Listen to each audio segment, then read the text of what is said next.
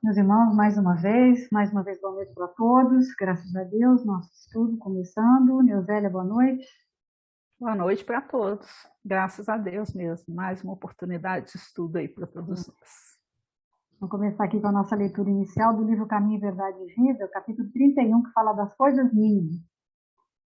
E é baseado em Lucas, capítulo 12, versículo 26, que diz assim: Pois se nem ainda podeis fazer as coisas mínimas, por que estáis ansiosos pelas outras? É Jesus que fala. E aí ele diz assim: pouca gente conhece a importância da boa execução das coisas mínimas. Há homens que, com falsa superioridade, zombam das tarefas humildes, como se não fossem imprescindíveis ao êxito dos trabalhos de maior envergadura. Um sábio não pode esquecer-se de que um dia necessitou aprender com as letras simples do alfabeto. Além disso, nenhuma obra é perfeita se as particularidades não foram devidamente consideradas e compreendidas. De modo geral, o homem está sempre fascinado pelas situações de grande evidência, pelos destinos dramáticos e empolgantes. Destacar-se, entretanto, exige muitos cuidados. Os espinhos também se destacam. As pedras salientam-se na estrada comum. Convém, desse modo, atender às coisas mínimas da senda que Deus nos reservou, para que a nossa ação se fixe com real proveito à vida. A sinfonia estará perturbada se faltou uma nota. O poema é obscuro quando se omite um verso. Estejamos zelosos pelas coisas pequeninas. São parte integrante e inalienável dos grandes feitos. Compreendendo a importância disso, o mestre nos interroga no Evangelho de Lucas. Pois se nem podeis ainda fazer as coisas mínimas, por que estáis ansiosos pelas outras? Então, isso que é nosso mais ou menos tem a ver com o nosso assunto de hoje. A gente está aí ainda... Você tinha separado essa também? Legal, né? Porque é muito pertinente mesmo, né? Eu sempre pego a que eu achei mais, que seja Muito legal. para poder leitura inicial, que já dá uma ideia do trabalho, né? Então, nós estamos ainda no capítulo 13 do Evangelho de Mateus, só que hoje nós vamos começar uma passagem nova, que é a parábola relacionada ao grão, que é uma semente. Então, a Luísa explica que nós temos aqui uma sequência. Primeiro tivemos a parábola do semeador, depois a do joio e do trigo, e agora a parábola do grão de mostarda. E isso tem um grande significado, por quê? Porque na época de Jesus, eram feitas ofertas no templo. E as ofertas geralmente eram justamente os cereais, os grãos, relativo à colheita. Era algo que entrega. A primeira colheita era entregue a Deus para que pudesse haver essa fartura. Então, Jesus fala que discretamente, quando ele fala sobre o reino de Deus, ele se refere a essa entrega a Deus, da oferenda que eles davam nesse significativo aí da colheita. Então, ele diz que o ideal é que se tenha esse hábito de ler a parábola inteira. Ele não leu, mas ele deu a dica de lermos, cada um lê a parábola, ele tem esse hábito. Quando ele começa uma parábola nova, ele lê a parábola inteira primeiro. Ele não leu, só que a parábola só tem, não sei se você foi ler, eu fui ler, ela só tem 2 versículos, né? Eu acho que eu vou ler, porque eu acho interessante.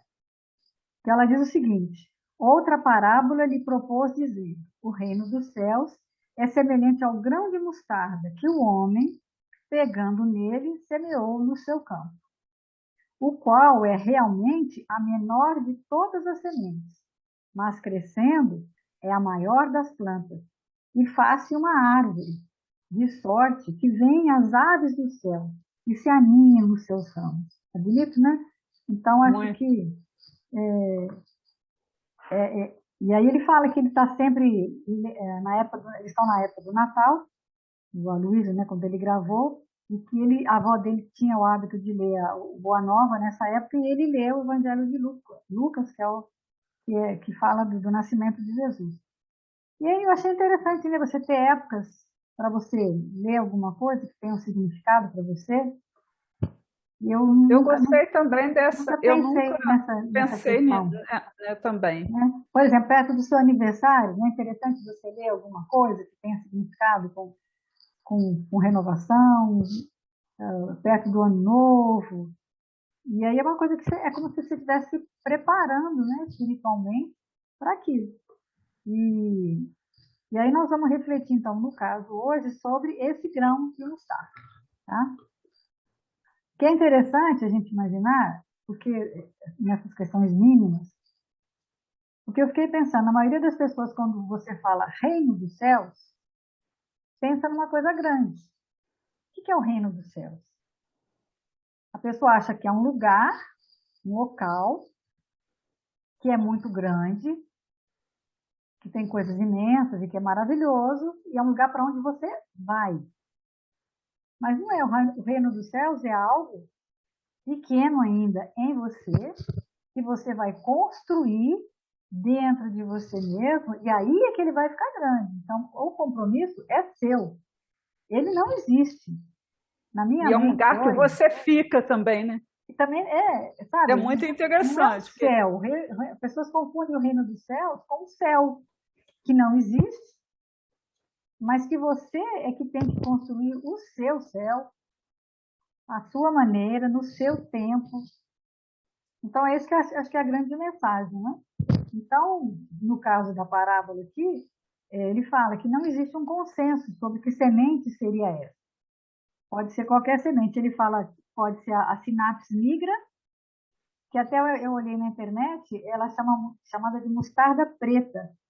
E ela tem alguma coisa nela, um tipo de um galinho, alguma coisa, que eles usam para escovar dentes. Na Índia, nos lugares lá no Oriente onde ela nasce, eles usam como para higienizar, mas é uma árvore. E ele falou que pode ser também não, desculpa, essa é a outra. A sinapis nigra é a mostarda preta, ela é um pouco menor. A que é grande mesmo é a salvadora pérsica, que essa assim é que usam para escovar dente lá. Então, realmente ela tem um grão muito pequeno, mas depois se transforma numa árvore muito grande, e também as duas são usadas também como tempero, também tem esse significado delas serem usadas como tempero.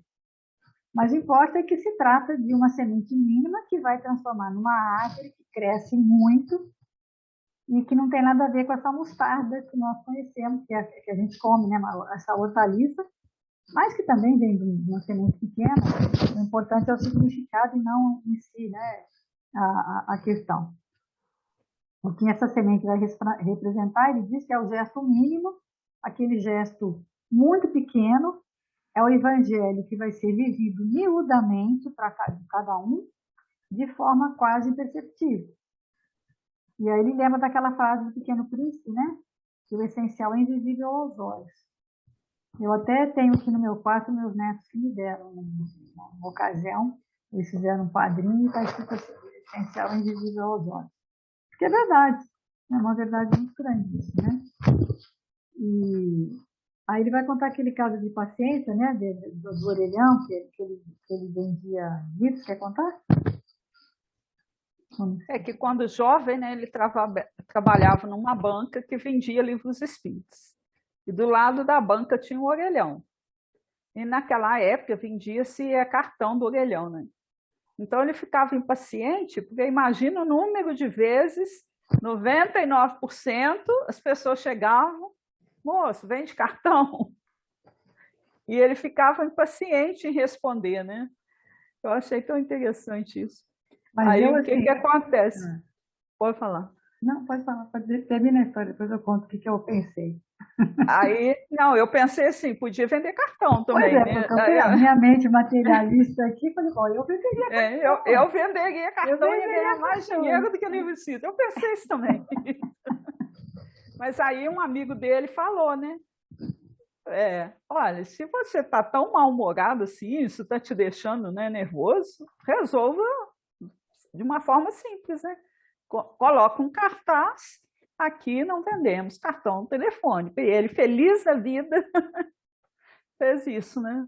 Mas eis que surge um cego E aí, o que o cego, aproxima o cego e pergunta para ele, moço, que vende cartão? E aí ele ficou, né? Extremamente irritado com a pergunta do cego, né? E aí ele abriu um livro, né? E que falou, né? Paciência quando você responde a mesma pergunta 5 vezes sem se alterar. Aí eu falei que nesse aspecto a gente tem um treino de paciência especial eu lembrei lá, né? todos os dias. Todos os dias. Eu falei, obrigado, Senhor, já estou Mas você sabe que exercitando eu a também tenho uma minha. experiência, assim, que eu lido com muitos funcionários, tanto na loja e tal. Então, no dia do pagamento, tem que colocar a data. Aí a funcionária lá do escritório falou assim, Dona Rita, não sei como a senhora aguenta responder. Todo mundo que entra põe, que data que coloca? Eu falei, a data de hoje. Aí, que dia é hoje? Não sabe também. Tem uns que não sabe nem o ano. Hoje a funcionária lá colocou 2021. Entendeu? Tem uns que você tem que fazer desenhar. Olha, aqui, ó, põe aqui 2, aqui 5, aqui 22. Então, é uma coisa, mas é uma coisa idiota, né? Quer dizer, custa você ter um mínimo de paciência? Mas aí, Rita, que hoje eu pensei justamente nisso, e você falando a respeito disso, o quanto a gente anda desatento em relação às coisas mínimas. Porque estar situado nesse tempo, né, numa data, é uma coisa assim que a gente deveria prestar mais atenção, né? E você vê que acontece mesmo. Hoje mesmo aconteceu lá, porque tinha um recibo para assinar, né? Eu mesma respondi. Na hora que dia que coloca? Hoje. Que mês que é? Mês 5. E são 2 recibos, a folha de ponto e o livro para assinar. Aí na hora, aí ela falei tudo. Na hora que ela foi fazer o livro de ponto, ela teve necessidade de perguntar de novo. Então, assim. Isso não é uma pessoa, né? São 20, várias 40, pessoas. 50 pessoas. Né? E talvez aí você chame a atenção da gente assim, pela importância de estar ligado assim, no momento presente naquilo que você está fazendo. Porque às vezes a gente está fazendo automatismo, nem está se dando conta, né? Então, por isso que essa leitura assim, é extremamente importante, mostrando essa importância para a gente das coisas mínimas. Que a gente você tem que pensar também que, por exemplo, não é, se eu estou lembrando, é porque alguma coisa, que de alguma forma me incomodou. Não eu estar nem lembrando.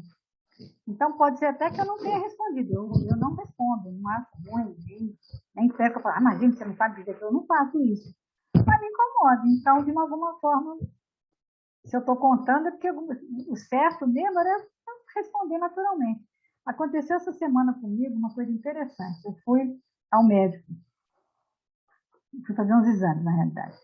E aí tinha um elevador. Aí ela lá naquele edifício Estela Central, que você tem. Eu fui na reserva buscar um exame. Aí naquele edifício Estela Central, que tem aquele famoso andar intermediário, que ninguém sabe onde é que ele fica. Não sei se fica para baixo, para cima e tal. E aí eu estava entrando no elevador e tinha mais 2 senhores entrando. Um eu vi que estava meio perdido, e o outro, assim, um senhorzinho mais velho também. E aí o cara, o senhor estava meio perdido assim, eu vi que eu ia ajudar, eu pensei em ajudar, mas o meu tempo de ajudar foi maior do que o do outro. E na mesma hora ele falou, olha, é aqui, só pode entrar aqui e tal, e o outro colocou o senhor dentro do elevador. Na hora de sair do elevador, ele já viu, ele estava tão atento, que ele viu que o senhor ia no mesmo lugar que nós íamos, os 3. E aí, ele ajudou o outro, olha, para cá, entendeu? Ele não me deu tempo de fazer nada. Não é que eu não quisesse fazer, eu não tenha reparado. Eu reparei, mas o tempo dele foi maior que o meu, mais perto. Quando chegou lá, ele me ajudou a fazer a senha, sabe? A pegar a senha. Olha, a senha estava alto para mim, eu não enxergava. Ele falou, é só puxar aqui.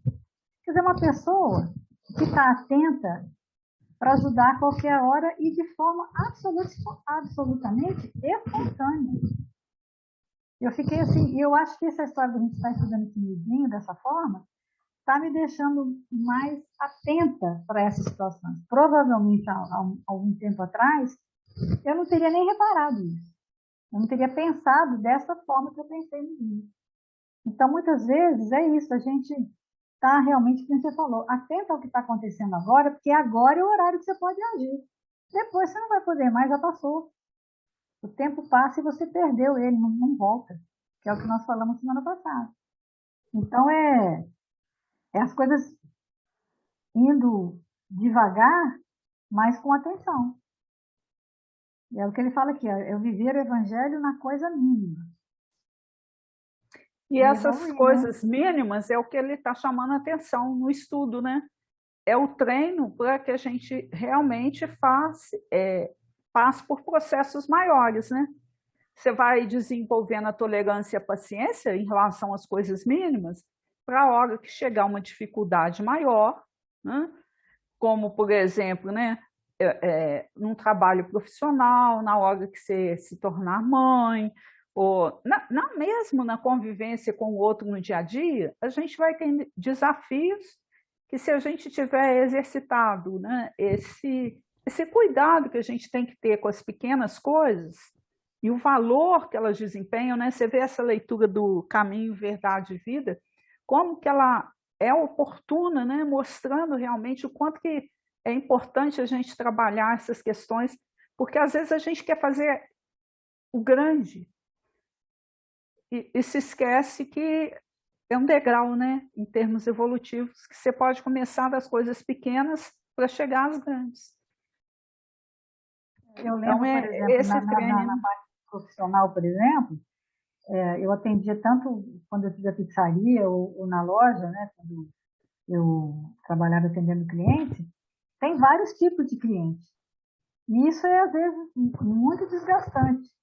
Porque tem aquele que chega, compra e vai embora, não te dá trabalho. Eu Mas, acho que seu microfone está esbarrando em algum lugar, tá? na hora de colocar, eu coloquei ele errado. Agora que vai dar. Vê se melhorou. Melhorou. Aí, por exemplo, para mim, o mais difícil sempre foi o cliente indeciso. Esse é o mais, para mim, sempre foi o mais difícil de atender. Porque eu sou uma pessoa assim, que tem uma certa pressa de resolver e quero resolver tudo. E aí, para mim, sempre foi um grande desafio. Ah, eu não sei se eu quero isso, se eu quero aquilo. Aí tinha um senhorzinho lá, que ele ficava assim, não sei se eu levo milho, se eu levo fubá. Aí eu falava para ele assim, não, leva o milho. Aí eu tinha que decidir por ele, sabe? Porque ele não decidia nunca. E aí eu aprendi. Aí quando ele chegava, eu pensei, dona Rita, decide que a senhora resolve o caso dele. Porque senão a pessoa, ele ficava lá sem saber o que ele queria, sabe? Aí eu fiquei descuriosa. Se tem galinha, ah, pode ser o milho ou fubá. Não, leva o milho. Ele levava o milho. E ele era tão indeciso que ele aceitava que você resolvesse por isso, porque ele precisava que alguém resolvesse. E assim na pizzaria é a mesma coisa. O cara não sabe se ele quer uma pizza de um sabor ou de outro, se ele quer pôr ou tirar alguma coisa. Então é realmente um treino para você ir, atender cliente, atender o garçom, por exemplo. Vou falar para você, que é um treino de humildade, de que a pessoa às vezes chega com fome, nervosa, agressiva e não sabe o que quer, ou quer uma coisa que não existe, porque ela tem, parece que é uma insatisfação psicológica que ela quer colocar ali na matéria, sabe? É bem complicado. E aí ele vai para o livro Construção do Amor, capítulo 18, a semente chama semente de mostarda, né? Semente de mostarda. Se tiveres fé do tamanho de um grão de mostarda, assim falou o Senhor. Importante indagar por que não teria o mestre recorrido a outros símbolos.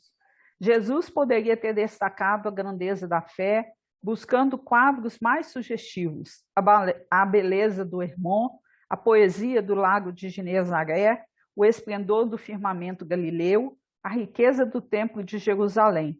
Todos esses primores da paisagem que o circulava ofereciam temas vivos para a exaltação da sublime virtude. Bonito, né? Quando o benfeitor fala isso, né? Que ele poderia ter feito uma comparação com grandes símbolos, né? Que é o que a gente faria, né? que a gente Mas se faria, você né? quiser falar de uma coisa, vai falar o quê? Vai falar Do das grande. grandes coisas. E ele justamente escolheu, né?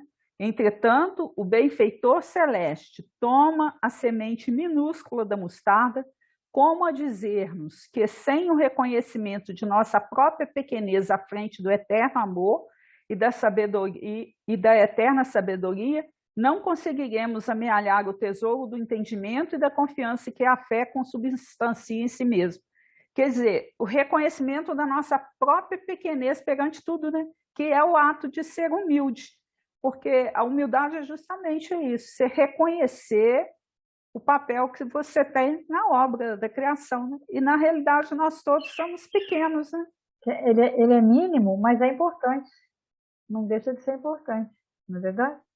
Então a É. gente tem que ter essa noção que somos pequenos, mas não é porque somos pequenos que também somos uma coisa pequena, né? Demais, assim, que não seja possível para nada, né? A semente microscópica desaparece em verdade no seio da terra, qual se for inútil. É lindo isso aqui, gente. Ó. A semente microscópica desaparece em verdade no seio da terra, qual se for inútil ou desprezível. Todavia, não se abandona à inércia por sentir-se relegada ao abandono aparente.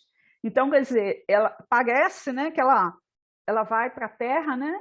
É como se qual se for inútil ou desprezível, mas ela sabe que ela tem uma missão ali, né? Ela não se abandona à inércia, né? Vai rompendo gradativamente, né? É muito importante, porque a gente é aquela situação do equilíbrio, né? Porque às vezes a pessoa fala assim, eu sou humilde, mas se coloca numa posição de humildade, esquecendo que a humildade é uma virtude ativa, que não é para você, é você entender aonde a vida te situa, né? A nossa pequenez perante o Criador, mas também entender que nós somos co-criadores e temos a responsabilidade também de crescimento e de evolução. Né? Muito bonito isso. Ó, confia-se às leis que nos regem e na dinâmica da obediência construtiva, olha, obediência construtiva, desvencilhar-se dos envoltórios inferiores que a encarceram, germina vitoriosa e cresce para produzir, não Não para para si si mesma, mesmo. mas para benefício dos outros, num eloquente espetáculo de bondade espontânea ante a majestade da natureza. Isso aí a gente estudou muito na parábola passada, né? Quando fala que os grandes frutos, a árvore que produz aquele fruto, ela não produz o fruto para si, né? Ela produz para o outro. Aqui ele reforçando esse papel, né? Que da semente, quando a gente produz, na realidade a gente tem que ter em mente que é produzir para benefício do outro. E aí eu lembrei do nosso estudo ontem que a gente começou a fazer, do Kardec, né? Que ele fala que, a princípio, ele se interessou pela doutrina para ele mesmo, porque ele era uma pessoa ávida de conhecimento, né? de querer buscar as coisas. Mas depois ele viu que ali tinha uma proposta grandiosa demais e que ele tinha que estender isso aos Ia outros, ser né? coletivo, algo coletivo. Né? Algo coletivo, né? Então é muito.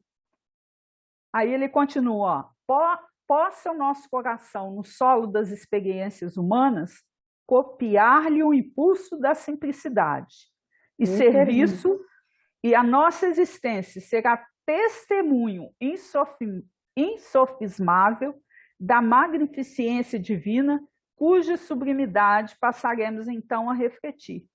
Quer dizer, que ele fala, ó, impulso da simplicidade e serviço. Quer dizer, simples sim, mas trabalhando.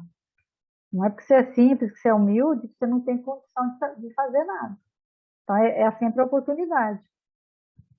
É onde que ele fala, né? Que tudo que é barulhento vai sumir.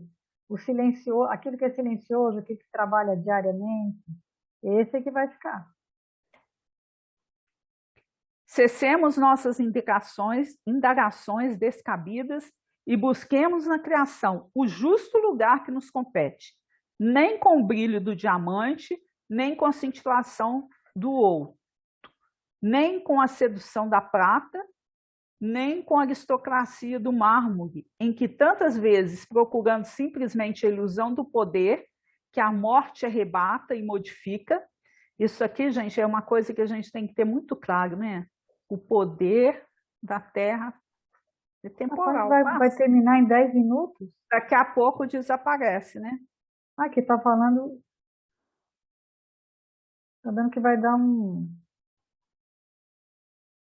tá tendo um tempo. Será que não está tendo mais tempo, mesmo de 2 pessoas? Não sei. Quando que ele vai terminar em 10 minutos. Upgrade now to remove de 40 minutos tipo limite. Eu tenho que fazer um upgrade para poder, vai querer me cobrar. Não sei. Vamos ver.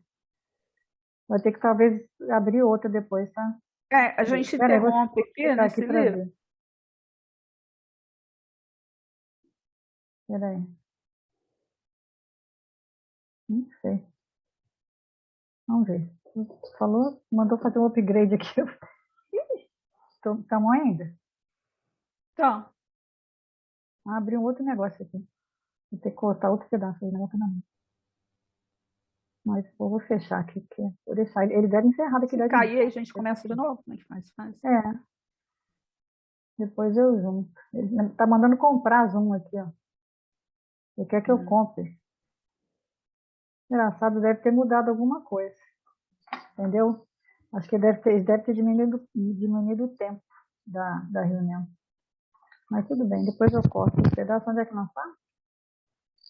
E falando, né, nem com a sedução da prata, nem com a aristocracia do mármore, em que tantas vezes procurado simplesmente a ilusão do poder, que a morte arrebata e modifica, mas sim com a humildade viva do grão de mostarda, que arrojada a solidão da terra sabe vencer, desabrochar, florir e cooperar na extensão do brilho de Deus.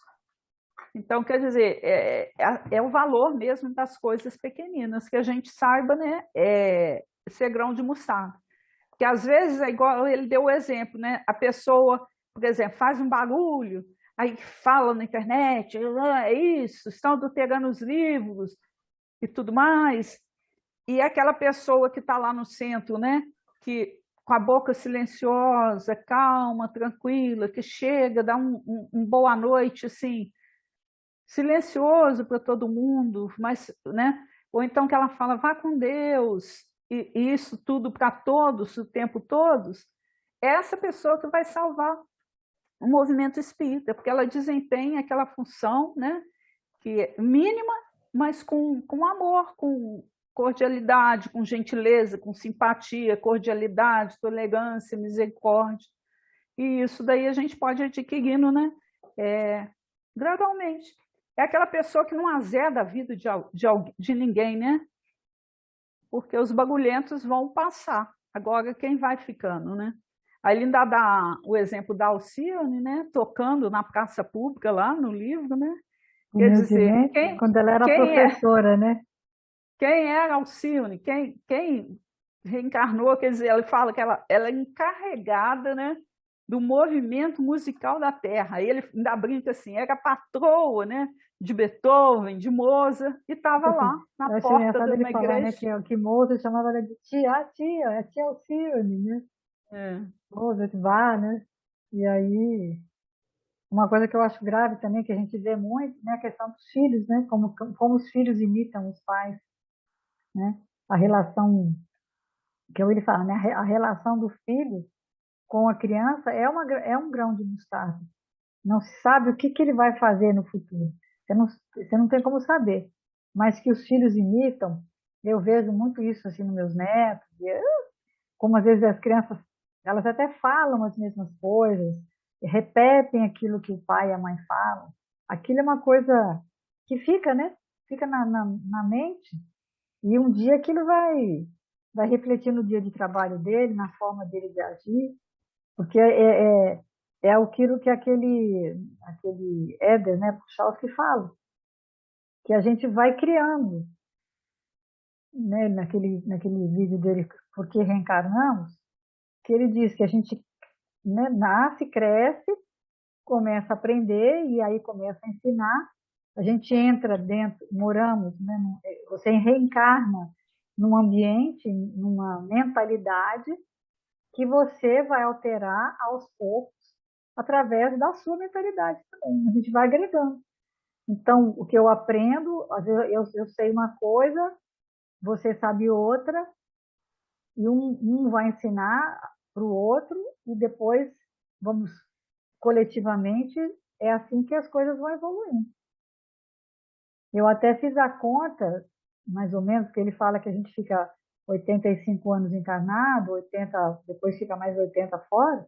Então, na minha outra encarnação, mais ou menos quando eu devia ter lá por volta de 40 anos, que seria o auge, eu ia estar, eu devo, por exemplo, poderia, né, se fosse realmente, não sei se seria exatamente, lógico que não pode dizer que seja isso, pode ter morrido antes ou com menos tempo. Mas se você fizer a conta que ele fala, eu na outra encarnação, quando eu tinha essa faixa de 40 anos, eu estava na época de Napoleão Bonaparte. Então, quer dizer, olha como a mentalidade, e até hoje mesmo, se você pensar, eu estou com 66, há 50 anos atrás, quando eu tinha 15 anos, como era tudo diferente, como as coisas, como tudo, né? E eu acho que na nossa época é muito mais forte isso, porque veio a questão da ciência, do computador, dessas tecnologias todas, que no meu tempo não tinha, a gente não tinha celular, não tinha computador. Computador, quando eu fui usar computador, quando eu estava em Bicas já. Quer dizer, a gente, tudo evoluiu muito rapidamente, não só materialmente, mas também espiritualmente. E a gente faz parte desse processo. E é um processo que é lento, mas também que está acontecendo. E eu acho interessante que aquele rapaz fala que por que a gente reencarna? Não é para pagar a conta do passado, que a reencarnação não é daqui para trás, mas a reencarnação é daqui para frente. É o que você trouxe de bagagem, que você vai usar, que você sabe, que você vai ensinar para o outro vai ensinar para você, e nós vamos seguir em frente. A reencarnação é um processo. O foco é a evolução, né? O foco é a evolução. E às vezes a gente, principalmente no movimento espírita, a gente fica falando assim, não estou aqui para pagar as coisas que eu fiz no passado. Lógico que existem os compromissos, é lógico que existem as coisas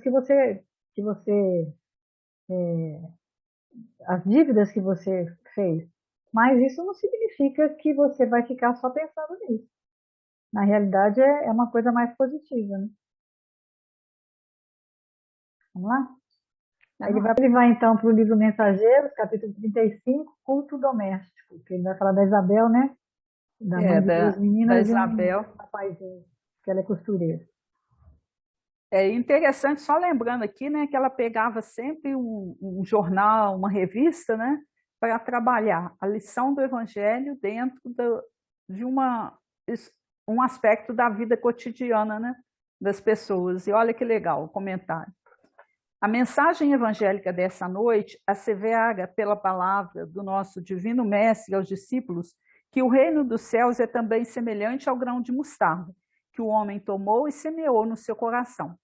Devemos ver neste passo, meus filhos, a lição das coisas mínimas. A esfera carnal onde vivemos está repleta de reflexões de toda sorte. Raras criaturas começam a refletir seriamente na vida e nos deveres antes do leito da morte física. Não devemos fixar o pensamento tão só nessa jovem que se suicidou em condições tão dramáticas ao nos referirmos aos ensinos de agora. Há homens e mulheres com maiores responsabilidades em todos os bairros que evidenciam paixões nefastas e destruidoras no campo de sentimentos, dos negócios, das relações sociais.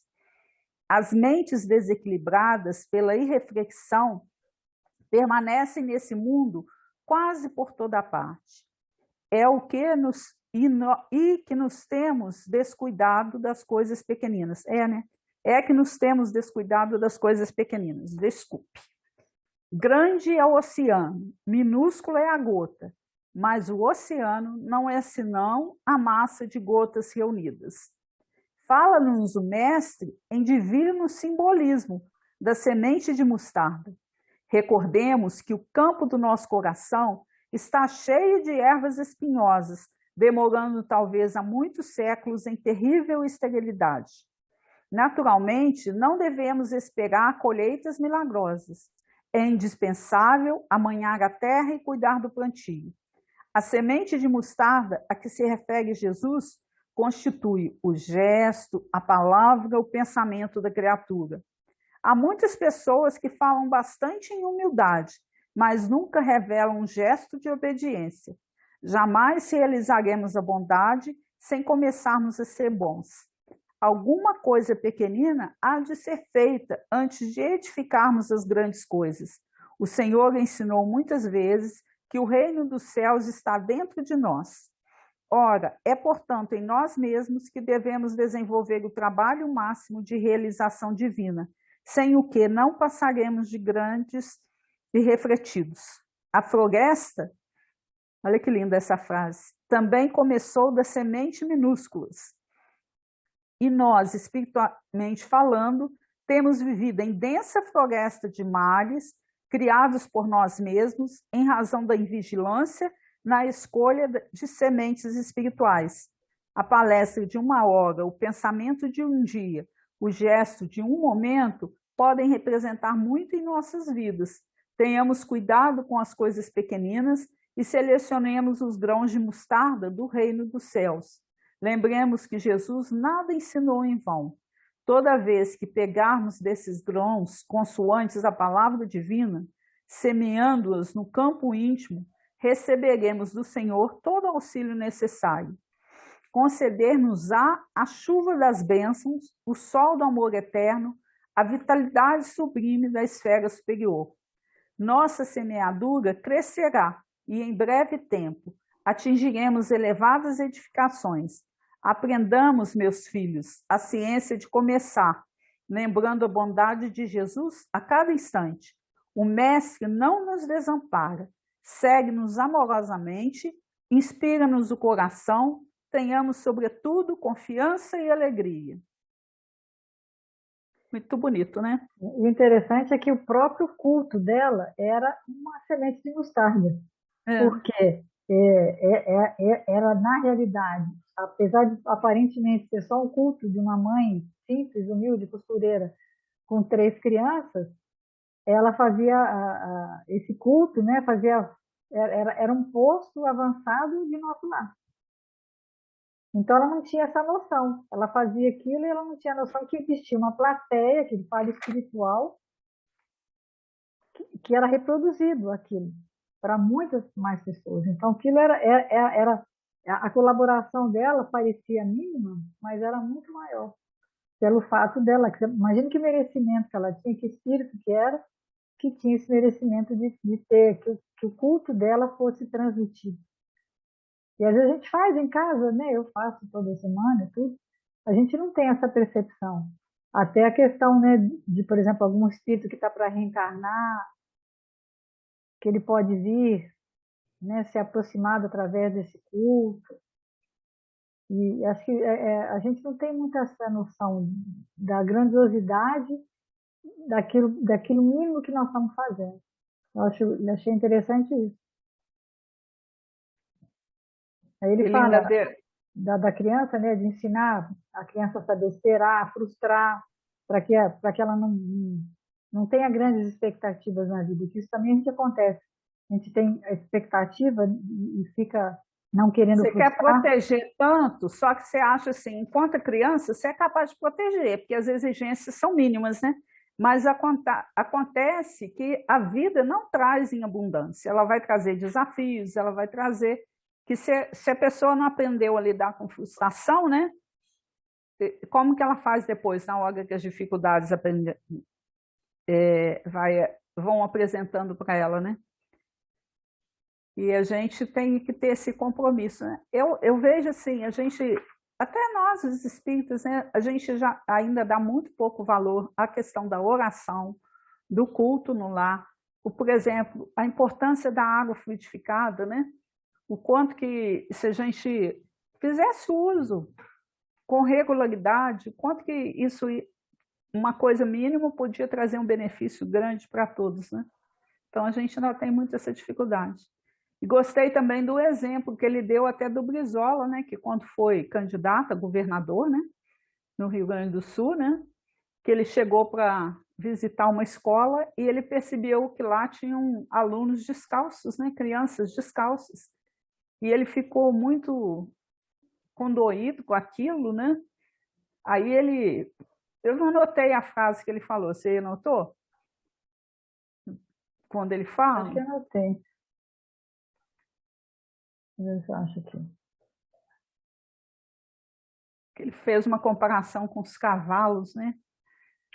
Ele fala como é que pode todos os cavalos no Rio Grande do Sul têm uma ferradura e as nossas crianças estão descalças. E aí ele passa a mandar que chute. É. E o mais interessante disso, né, que ele fala que tempos depois, né, o Carlos Barcelos, né, que é um Caco, dos né? maiores, É o Caco, Caco Caco Barcelos. Barcelos, é. Eu notei Caco, falei errado, desculpe. Um dos maiores jornalistas, né, que ele falou que meu amor pelo estudo nasceu quando ganhei um par de quichute. Então, olha só como que, né, uma coisa pequenina que ele fez, até de repente, né, fez por uma propaganda política, mas incomodou, né? Se fez é porque incomodou. Vamos ver que tem um lado bom disso tudo, né? Então, quanto que foi E aí importante que para tá, a criança. são pequenas coisas, são pequenas gentilezas que e às vezes a gente tem a expectativa também de ser muito. Não, às vezes se salvou uma pessoa, se resolveu o caso de uma pessoa, já é bom, já é um aspecto produtivo. E a gente às vezes esquece isso, né? Não tem essa noção da importância dessas pequenas coisas. Porque aquilo fica gravado, a pessoa não esquece, fica ali gravado. Tanto que ficou, né? Do Caco ele lembrar e numa reportagem ele colocar. E aí ele fala também da questão, né, de fazer as mesmas coisas, né, com, com capricho que apresentado, né? Aí ele fala que uma das coisas que o benfeitor Emmanuel retrata, né, no livro do 50 anos, né, da Alciane, né? Não, renúncia, desculpa. Eu renuncio. Ele fala do bordado, né, que ela fazia para ajudar a mãe a sustentar, que era uma coisa assim de Não impressionar, né? era o bordado da Alcione, né? É. E aí ele ainda pergunta assim, como que seriam os bancos, né, que Jesus produzia na Imaginou você sentar carpintaria no do banco que Pai? foi feito por Feito Jesus? por Jesus, que Que coisa, hein? capricho, com que capricho que ele fazia Que os bancos. capricho, com que esmero, né? Então, todas as nossas atividades devem ser feitas assim, né? Porque a gente tem a tendência de fazer bem feito para aquelas pessoas que a gente gosta. Mas dentro do processo evolutivo, a gente tem que fazer bem feito para todos, né?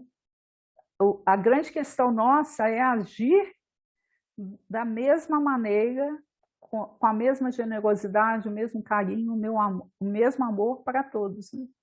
Porque o Pai ama a todos indistintamente, a gente tem que aprender isso com ele, né? E ele dá o exemplo que mexe muito comigo, a questão de alimentação, porque eu sempre tive muito isso comigo, eu gosto de cozinhar, tenho prazer de fazer as coisas, e ele fala, né, a pessoa pode ter feito um curso de culinária lá em Paris, na Cordon Bleu, mas ela tem que ter esse capricho, né? A comida não ser só, a gente fala assim, a comida tem que ser primeiro bonita, depois cheirosa, por último, ela tem que ser gostosa. É lógico que ela tem que ser as três coisas, mas para que isso aconteça, tem que ter um capricho, tem que ter uma coisa, desde a hora que você está ficando, sabe? Você está com bons pensamentos, ouvindo uma boa música, colocando uma boa energia nela, que uma comida mal feita, jogada na panela de qualquer forma, com raiva, ou com desleixo, ou com. Sabe, eu não aceito isso. Eu acho que tem. E aí é o que ele fala, né? Se você estiver fazendo, tanto faz você estar fazendo a sopa do centro, está fazendo a comida do seu filho, ou está fazendo um almoço para pessoas famosas, para o presidente da República. Esse é o capricho que você tem que ter, você tem que estar sempre com esse mesmo capricho. Eu me lembrei que eu tive um pizzaiolo lá, ele era apaixonado pela pizza, apaixonado. Ele olhava para a pizza como se a pizza fosse uma pessoa mesmo, uma criação, era uma criação dele, sabe? E aí, e era muito detalhista com tudo, ele era até enjoado, o pessoal até às vezes reclamava, porque, se você, por exemplo, ele tirava a pizza e a gente que punha azeitona, ele ia lá, trocava a azeitona de lugar, tirava ela 1 milímetro, não, entendeu? Que tinha que estar aqui, aqui, aqui. Aí ele olhava para a pizza e falava assim, olha que pizza linda. Quer dizer, só podia fazer bem para a pessoa, sabe? Porque fazia aquilo com vontade, com prazer de fazer, como se fosse uma obra de arte. E a comida tem muito disso. Agora, Na realidade né? Uma é obra de uma obra arte. de arte. E aí, quer dizer, se você simplesmente chegar lá e jogar de qualquer. Até um mexido. O mexido é gostoso. Hoje mesmo eu vou fazer um mexido, mas ele não tem que estar, sabe, amassagado, feio. Ele tem que estar bonitinho. Acho que você põe uma salsinha, você põe um queijo ralado em cima, sei lá, qualquer coisa que você resolver, vira né? O mexido vira uma coisa legal, uma coisa bonita de se comer, e que é agradável, que todo mundo gosta. Eu acho que é esse lance, né? Essa mínima coisa desse carinho de você fazer uma coisa com capricho, com amor, que vai fazer a coisa. Eu lembrei também, por exemplo, às vezes as pessoas, nas questões da doação, como que as pessoas às vezes se equivocam um pouco com isso. Ah, já que eu vou doar, eu vou. A gente usa, acontece isso muito de receber fraldas, né? Aí a pessoa vai lá, quer comprar, para agradar, ela compra um monte de fralda de qualidade pior. Mas para ela compraria? Ela sabe, uma pessoa que tem um filho, que tem um idoso em casa, sabe que uma fralda inferior não resolve. Você pode botar 10 fraldas que não vai resolver. Melhor ela comprar uma fralda um pouco melhor, mas comprar menos. Mas nem todo mundo tem assim, e às vezes não faz por mal, não estou criticando, não. É só porque faz por ignorância mesmo. Então a gente tem que procurar aprender para poder estar pensando nessas Em coisas, né? relação à doação, eu acho que dentro de toda a vivência que a gente tem em termos de casa espírita, dos trabalhos na instituição, o que a gente já aprendeu no decorrer disso? Eu usaria. É. Está em bom estado? Não serve para mim, vai servir para o outro. Se não, às vezes até não serve para você, assim, por uma questão de você engordou um pouco, né? Mas eu acho, quando a gente tem dúvida a respeito de qualquer coisa, isso a gente aprende lá no Livro dos Espíritos, né? E se fosse comigo, eu gostaria de receber desta maneira? Então, se existir qualquer motivo assim, né? Porque a gente recebe, né, Rita? A gente sabe que recebe. Tem coisas que a gente ganha que tem que ir para o fogo. Isso é muito triste, né? Então, a gente precisa ver assim, olha, a blusinha está em perfeito estado. Você usaria se você ganhasse? Está tudo certo. As pessoas... Mercadoria vencida, né? Produto então, vencido, que a pessoa às vezes. Ou por que ela não doou antes de vencer? Ela já viu que ia sobrar, que comprou, ou por que ela comprou demais, ou por que ela tem aquilo demais. Tudo questões que você tem que começar a pensar. Porque a vida está, né, a natureza está cobrando isso, esse excesso. E eu achei interessante ele fazer, essa frase que ele falou, eu anotei, ó. Fazer o trabalho como se fosse uma tarefa espírita e fazer uma tarefa espírita como se fosse a sua profissão. Quer dizer, ou seja, sempre. Tudo que você fizer, fazer dentro do que está.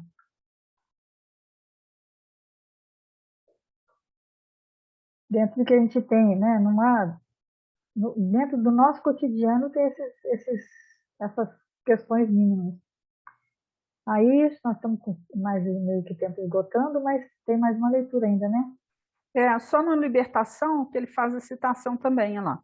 De alma voltada para as noções da vida imensa que o ambiente sugeria, Rememorei o curso incessante das civilizações.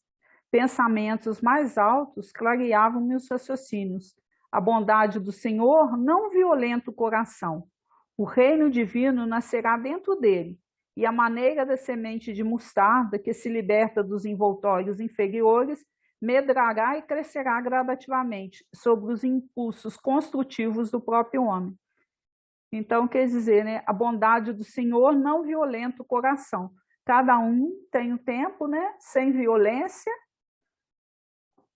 e aí, e a partir desses pequenos gestos, né, de camponeses e operários, que às vezes são pessoas invisíveis, né, mas a gente tem que pensar, se a gente tem um grão, se a gente se alimenta do pão, quantas mãos foram necessárias para aquele pão chegar até nós, né?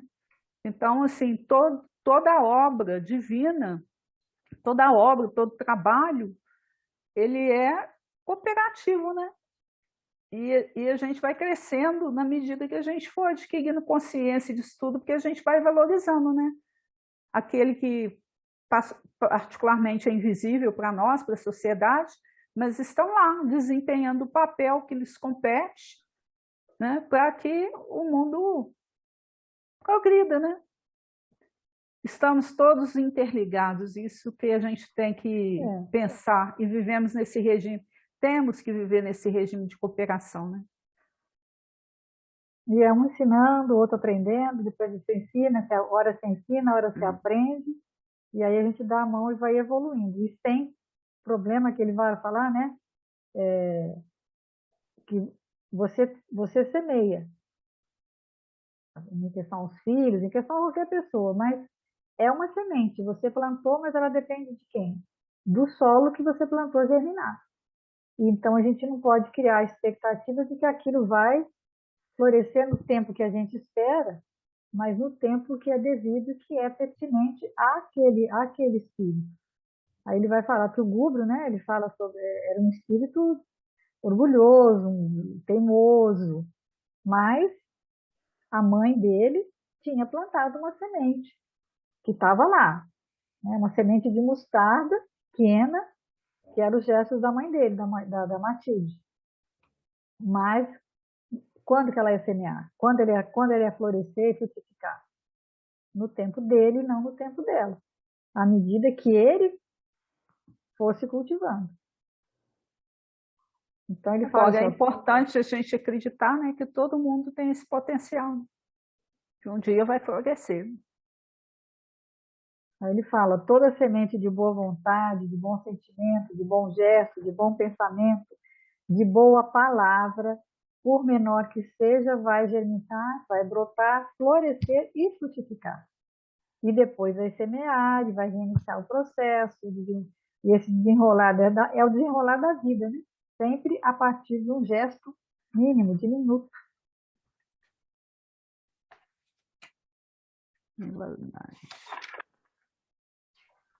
Então, na hora ou ainda dá mais? Acho que sim. Eu tenho que fazer uns cortes aqui. Não, 19, para o pessoal, a gente tem que fazer uns cortes, que tivemos uns problemas aqui de corte na internet, mas que no fim nós vamos ter que emendar. Vamos fazer o meio-dia emendado. Tá bom. Faz parte. Vai dar certo. E aí eu escolhi também, para a gente terminar, uma poesia do Casimir Cunha. Como diz a Lívia, mãe, você está gostando de uma poesia, né? Falei, estou tentando desenvolver minhas habilidades para gostar mesmo de poesia, né? Porque a arte é uma expressão divina que a gente, quanto mais sintonizar, né? E como na próxima eu vou te mandar uma música que fala do poeta. Tem uma música que chama O Poeta. É bonita? Eu vou te mandar. Para você ver que ela aí eu falei assim, que ele fala que no fim o poeta era eu. Ele fala, que é um poeta que vai contando a história de um poeta que buscava alguma coisa. Aí no fim esse poeta era eu. Como na próxima eu estou querendo voltar mais aprimorada, né? Pelo amor de Deus, um pouquinho mais de sensibilidade, deixa eu ir começando nessa, para ver se... Vai treinando, é igual eu estou aprendendo, eu estou aprendendo partitura, estou tentando aprender partitura devagarzinho, para na próxima eu já vim com alguma coisa. Um pouquinho. Sabendo, pelo menos tendo alguma ideia de partitura. Então vamos lá, gente. chama Na Jornada de Luz. No caminho da fé viva, sobre a luz que nos governa, não deixes de entesourar as bênçãos da vida eterna. Toda fortuna terrena, em grandes teres e bens, começa devagarinho, em diminutos vitens. Assim também vida fora, as graças e os dons divinos principiam levemente nos serviços pequeninos. Um sorriso de bondade, no espinheiro da aflição, descobre fontes sublimes de paz e consolação. Uma gota de remédio, um bolo, um caldo, uma flor, no campo da humanidade, são sementes de amor. Um livro que nos melhore e nos ensine a pensar é luz acesa brilhando no rumo do eterno lar. Uma visita fraterna que reconforte e ajude faz milagres de esperança e estímulos de saúde. Um gesto de caridade apaga muitas feridas. Um minuto de evangelho pode salvar muitas vidas. O silêncio generoso da desculpa de um momento pode evitar muitos anos de conflito e sofrimento. De gotas d'água o ribeiro, e é a doce e clara união. De segundos fácil tempo, de migalhas fácil pão. Quem se propõe a atingir virtude, glória e beleza, encete a romagem santa na pequena gentileza. Se pretendes alcançar os sóis da excelsa alegria, aprende a galgar amando os degraus de cada dia. Casimiro Cunha. Uma semana de muita paz aí para todos nós. A todos. E Jesus permaneça presente em nossos corações. Até mais, gente. Semana que vem temos mais. Tchau, tchau. Tchau.